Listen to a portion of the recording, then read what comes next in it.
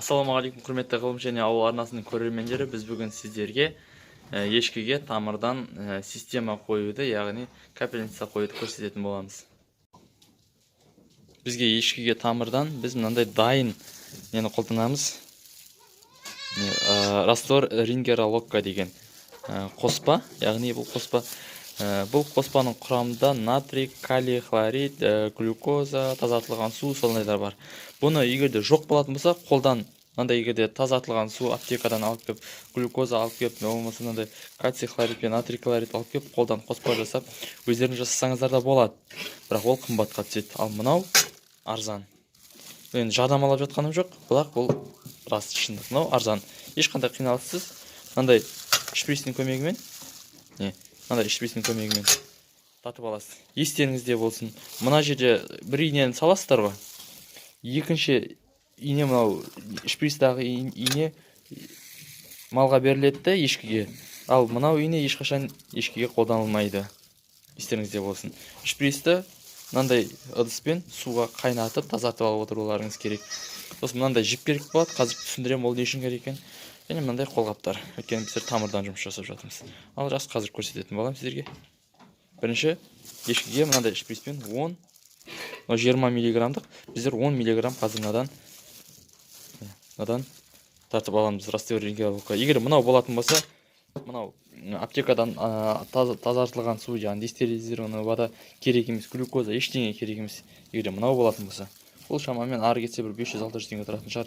Ал мыналар, мынаның өзінің бағасы одан қымбат болып кетеді. Мыналардың бағасы өте қымбат болып кетеді. Сондықтан да бұны тамырдан береді. Әлсіреп қалған ешкілерге, негізінен тек қана ешкіге емес, жалпы малға ғой.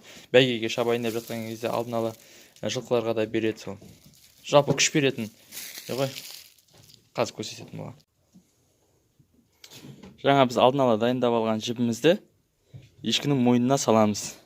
Мойнына болғанда да мынау аяқ тұсына қарай, қол тұсына қарай осы жерден көріп отырсыздар, осы жақтан салып қысқан кезінде, егер де қысатын болсақ, осыны қысатын болсақ, мынау құлақтың түбінен мына жерден тамыр шығады. Мына жерден тамыр шығады.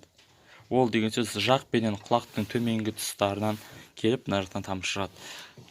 Оны қазір мен сізге тіпті адамға да көрсете аламын. Адамға бірінші өзіңізге бетіп қарасаңыз көрінеді. Дәл сондай ешкіге де болады. Қазір менің адамның мойны, мысалға менің мойным, менің мойнымнан мына жерден қысқан кезінде мінекей тамыр шықты.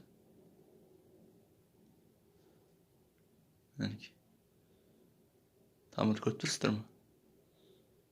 Жіберсем қазір кетеді.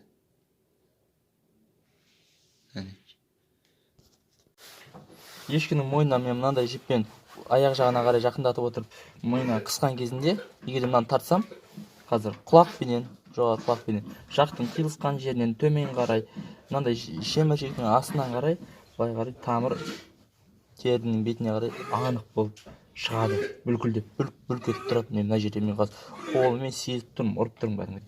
Арасына босатам мінекей. Бірінші секунд тұрады, босатып қойдым қазір. Енді сезілмейді онша. Бірақ нақты білетін адамдар бірден табады. Ал қыссаңыз көрінеді кәдімгідей.